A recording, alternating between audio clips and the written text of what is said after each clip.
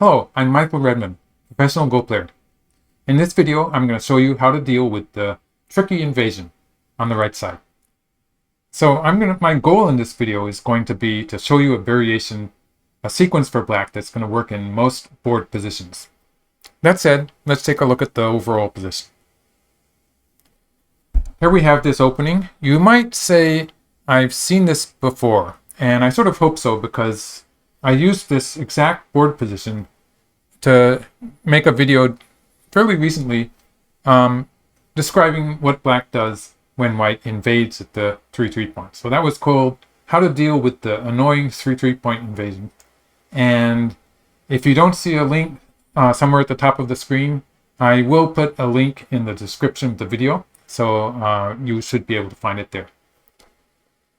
I will go quickly through the opening. I went into a bit more detail, I believe, in the previous video. So very quickly here, this in the lower left corner here, we have a common modern joseki. A very natural sequence that has happened in a number of professional games. Black did have a choice of playing a pincer somewhere on the upper side or just answering on the right. But black kicking is, again, it's a modern joseki, and black is making miai of the upper side, a pincer on the upper side, or an extension on the right side. So white extended and black extended. So in the previous video, I talked about how to deal with the 3-3 point invasion. And in this video, I'm going to be talking about how to deal with the invasion on the third line. So back to the local position. When white plays here, obviously black is not going to be able to capture white outright. Black did not have enough strength in the area to be able to do that. But black wants to find a plan where black is going to allow white to live on a small scale and consolidate, strengthen the local black positions on the right side. And hopefully black would like to end with sente, so black has an initiative to move to some other part of the board. So black's best move here, which works in almost all positions, is to play the diagonal move here. This is an aggressive attack that encloses white from above. White cannot break through into the center. And it also limits the space that white can make to live. White's most straightforward local move would be to push here. And when white pushes here and plays an attachment underneath, black cannot play the hane on this side because when white cuts here, white is threatening a double atari at Q10, and so that stone at 1 would be captured next.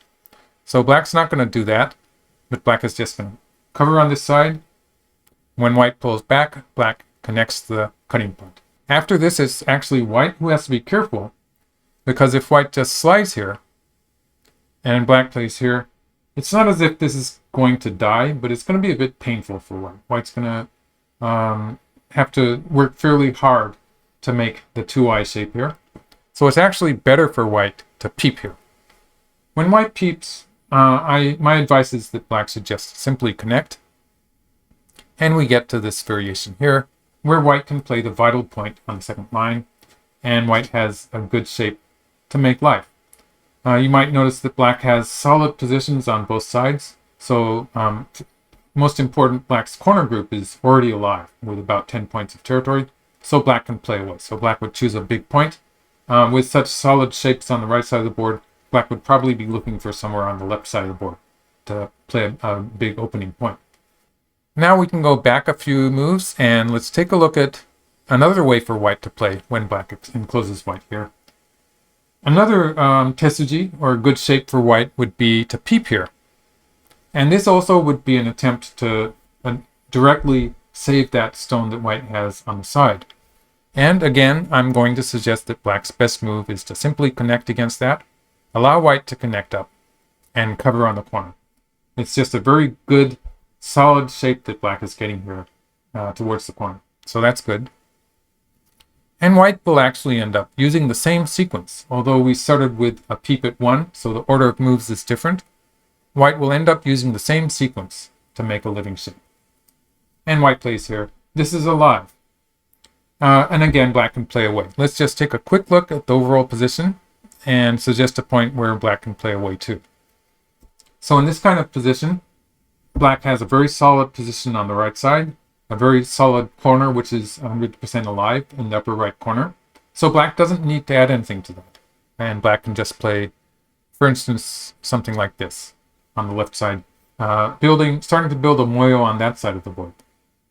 Looking at the entire board position, black has accomplished what black wanted to do. Black has made solid positions on both sides while allowing white to live with a relatively small territory. So this was according to plan for black, and it's probably a good position for black overall.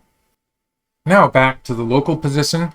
There is a tricky variation in this. So when white has been enclosed like this, some players will not try to save that stone on the side, and instead will jump into the 3-3 point.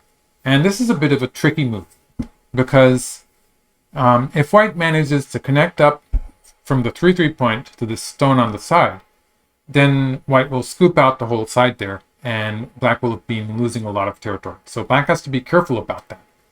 What I'm talking about here is, for instance, in the other video where there was no invasion on the right side, I was suggesting this move for black.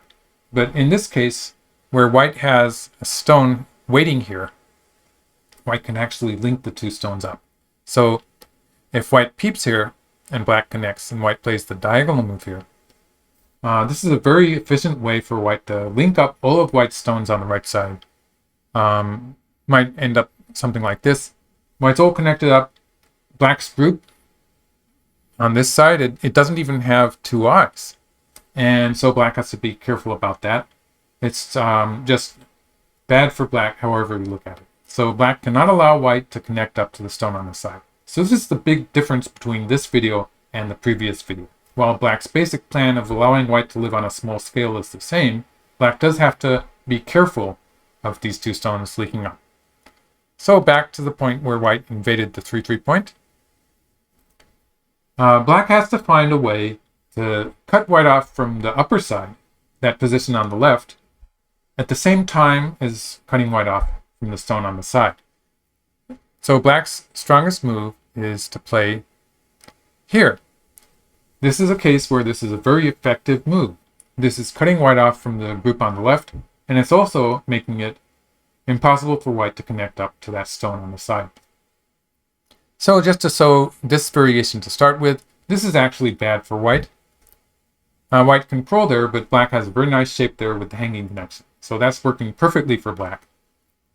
And if white peeps, white actually can get a ko in the corner. So in this position, if black plays an Atari at Q19, white will be able to start a ko with R19. So black doesn't even have to do that. Black can just reinforce the side. And the fact that black has that stone at 8 is reducing white's position on the left side, the upper side, that is. So white is losing a lot, actually, towards the upper side of the board, and is not gaining enough in the corner. So this is just bad for white. It's painful. So going back to the point where black has played here, a slightly better way for white to live in the corner is to play the diagonal move. So this is slightly better shape. In this case, black's plan will be to capture the stone on the side while allowing white to live on a small scale in the corner. So in this case, black will play here. White can live in the corner. So in this case, moving towards the side and capturing that black stone at 6. They're Nia, or interchangeable points. The important one that black wants to get is this move towards the side. Jumping here is a very solid way to get rid of all the bad aji. Nothing is going to happen towards the side if black jumps here. And white has to capture the one stone. Again, you can see black got that stone at 10. Black already has a very solid position towards the right side.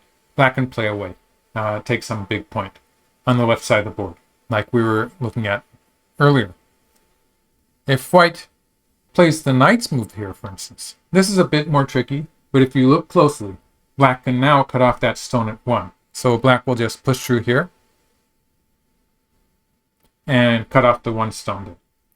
White can still manage to make a living shape. So if we go back to the sequence I was showing earlier, this is again white's sequence to try to make eyes. And if white plays this key point, white will be alive. This might actually be the best way for white to live. Let's look at it in the overall position. But even so, black's corner is fairly strong. Black does have a very strong position on the right side. So again, black can play a big point, such as 14. This is a big point. And if we look at black's corner, if at any point black captures the one stone here, black will have a living shape there. Or if black plays something like this, or even an attachment here, black will be pretty much connected in the center of the board too. So black has that move towards the center. That black group in the upper right corner is perfectly okay, and black had a solid position to the right side, and black got to play away at 14. So again, this variation is a success for black. So it's either this variation or this variation, which I was showing before. Basically, all black has to do is play very carefully and make two strong groups on each side. So it's a very straightforward way to handle white's invasion, but you have to keep the idea of allowing white to live on a small scale and getting solid positions. So that's my explanation of how to deal with the tricky invasion on the right side. And I hope you enjoyed. I will be back with more videos, so please subscribe to my channel, and I'll see you next time.